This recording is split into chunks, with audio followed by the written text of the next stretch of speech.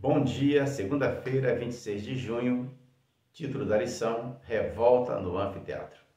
Durante os 3 anos de Paulo em Éfeso, o seu testemunho na grande e sofisticada cidade foi tão eficaz que impactou um importante motor econômico da região, o turismo focado no grande templo de Diana.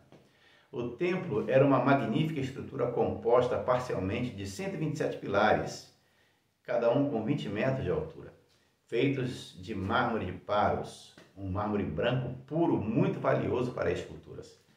E desses 127 pilares, 36 foram esculpidos e revestidos de ouro, conferindo ao templo sua reputação de ter sido uma das 7 maravilhas do mundo antigo. E com receio de que o discurso de Paulo contra a idolatria estivesse tirando o apoio financeiro do templo, Atos 19, 27, Demétrio, o ourives, levou seus companheiros artesãos da região a uma histeria coletiva, um frenesi, e uma multidão agitada se deslocou rapidamente para o anfiteatro, onde cabiam cerca de 25 mil pessoas, e ali, durante 2 horas, clamaram: "Grande é a Diana dos Efésios." Depois que a multidão foi dispersada pela autoridade da cidade, Paulo se reuniu com os crentes e deixou a cidade de Éfeso. Questão número 4. No fim da 3ª viagem missionária, Paulo se encontrou com os anciãos de Éfeso. O que preocupava o apóstolo? Texto Atos 20, 17 ao 38, é um texto longo. Vamos ler 2, que já dá a resposta para a gente. Os versos 29 e 30. Está escrito: "Eu sei que depois da minha partida, entre vós penetrarão lobos vorazes que não pouparão o rebanho, e que dentre vós mesmos se levantarão homens falando coisas pervertidas para arrastar os discípulos atrás deles." A preocupação de Paulo era a ameaça de lobos vorazes que se levantariam e falariam coisas pervertidas para arrastar os discípulos atrás de si. Paulo tinha sido tutor para as igrejas que, pelo poder do Espírito Santo, ele havia fundado.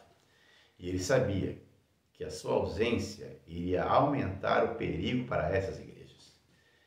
Note que o povo de Israel foi fiel a Deus durante os dias de Josué, após terem entrado na Terra Prometida. E depois da morte de Josué, os anciãos contemporâneos que permaneceram fiéis a Deus conduziram o povo no caminho certo. Mas após a morte deles, Israel afundou-se na apostasia. Juízes capítulo 2, no verso 7.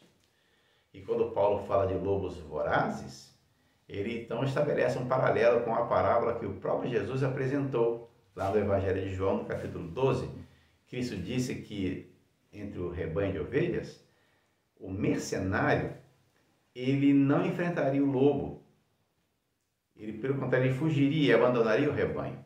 Já o verdadeiro pastor do rebanho, ele defende a necessidade de suas ovelhas, e com o sacrifício, inclusive, da própria vida.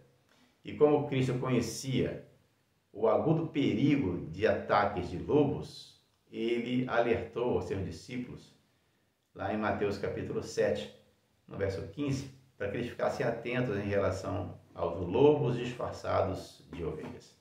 E agora Paulo diz para os anciãos de Éfeso que eles deveriam proteger as ovelhas dos lobos, que Paulo afirmou entrariam no redil da igreja.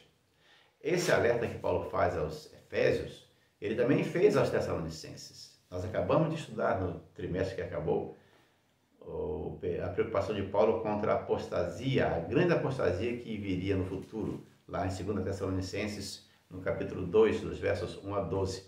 Paulo também alertou seu filho na fé Timóteo quanto aos perigos que surgiriam no futuro, 1 Timóteo capítulo 4, versos 1 a 3, e 2 Timóteo capítulo 3, dos versos 1 ao 15.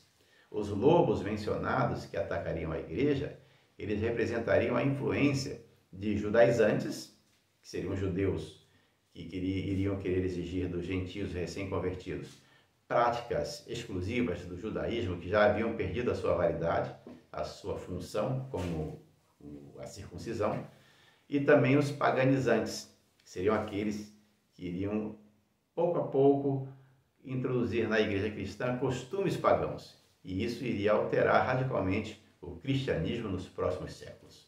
Paulo, ele então adverte quanto a essas influências de apostasia dentro da igreja.